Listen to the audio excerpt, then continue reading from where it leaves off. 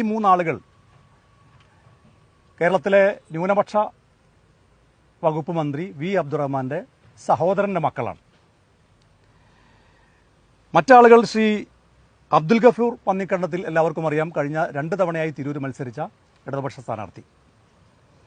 അദ്ദേഹത്തിന്റെ സഹോദരങ്ങളാണ് അബ്ദുസലാമും അബ്ദുൽ ജലീലും ശ്രീ ജംഷീദ് റഫീഖും. ഇവരുടെ കയ്യിൽ നിന്നാണ് മലയാളം സർവകലാശാലയ്ക്ക് വേണ്ടി 11 ഏക്കർ സംസ്ഥാന സർക്കാർ ഏറ്റെടുത്തത്.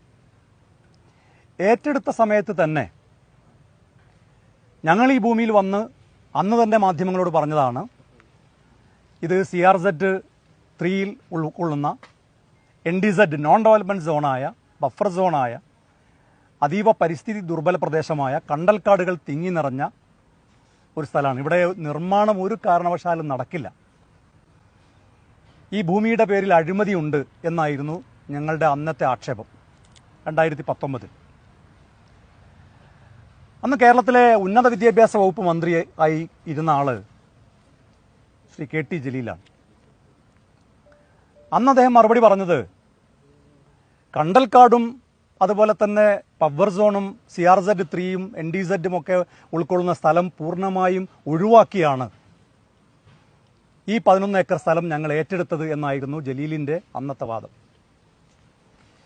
എന്നാൽ ഇപ്പോൾ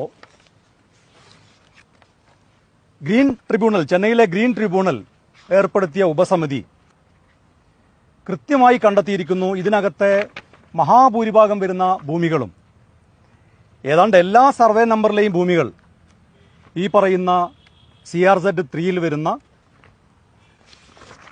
കൃത്യമായി അതിൻ്റെ കോപ്പിയാണ്, മാധ്യമങ്ങൾക്ക് അതിൻ്റെ കോപ്പി നൽകാം. CRZ 3 അതുപോലെ തന്നെ NDZ non development zone, mangroves, കണ്ടൽക്കാടുകൾ തിങ്ങി നിറഞ്ഞ സ്ഥലമാണെന്ന് ചെന്നൈയിലെ ഗ്രീൻ ട്രിബ്യൂണൽ കണ്ടെത്തിയ റിപ്പോർട്ടിൻ്റെ കോപ്പിയാണ് ഞാൻ മാധ്യമങ്ങളുടെ മുമ്പാകെ കാണിക്കുന്നത്. ഇനി ഈ ഭൂമിയുടെ വില, ഇതിന് ന്യായവില പരിശോധിക്കുമ്പോഴാണ് നമുക്കറിയാം, ന്യായവിലക്ക് നമ്മുടെ നാട്ടിൽ എവിടെയും